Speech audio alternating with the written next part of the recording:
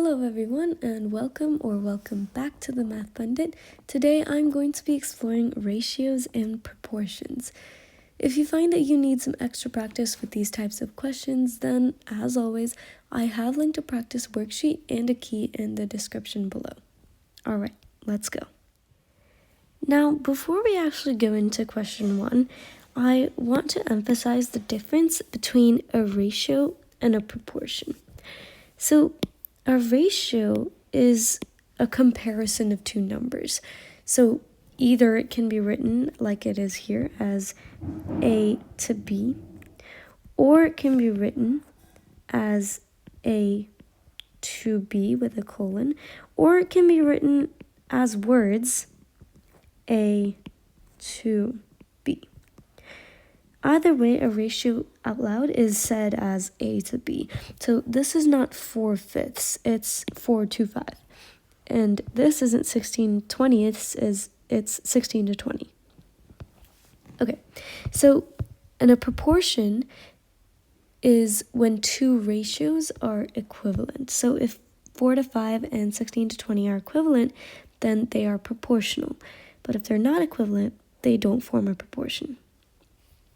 Okay, so in order to solve this, we're going to use something called the butterfly method. So I'm going to set 4/5 equal to 16/20. And because we don't know whether or not these two are actually equal, I'm going to put a little question mark above the equality sign.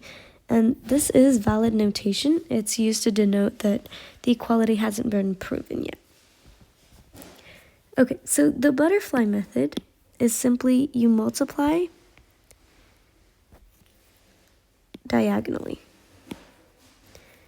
So I'm going to multiply 5 by 16 and 4 by 20. So if we go ahead and do that, 5 times 16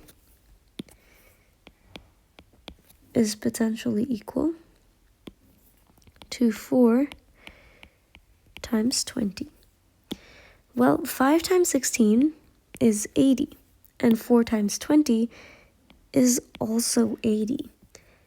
So that is indeed equal. And 4:5 and 16:20 do form a proportion. Question 2 is slightly different. We're asked to solve the proportion n to 12 is equal to 3 to 8. Now, we're really just trying to find the value of n. So using the butterfly method then, we're going to multiply 12 by 3 and n by 8.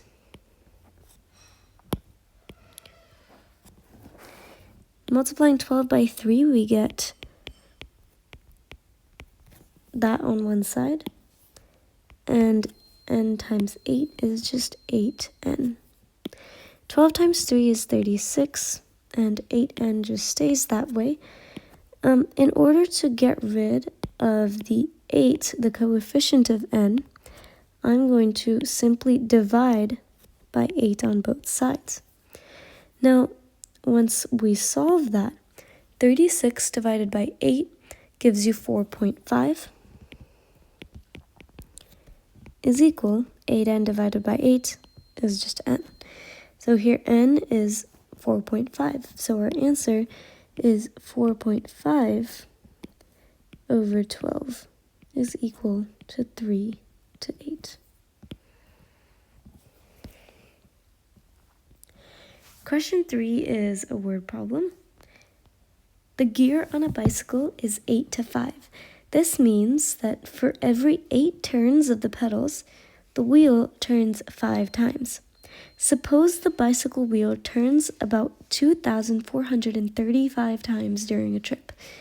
How many times would you have to crank the pedals during the trip? Well, we're given that our ratio is 8 to 5.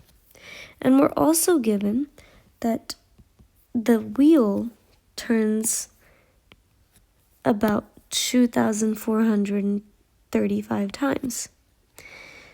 So that means that because the 5 represents the wheels, it's something, pedals, over 2,435 turns of the wheel. Using the butterfly method again, let's multiply this out. 5 times p just gives you 5p. And if we set that equal to 8 times 2,435, we get that 5p is equal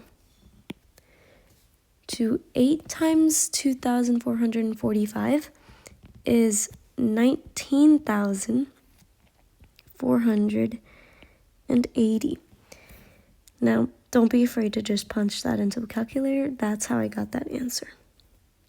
Now, in order to get this p isolated, I'm just going to divide both sides by 5, and we get p is equal to 3,896. So we're going to crank the pedal 3,896 times.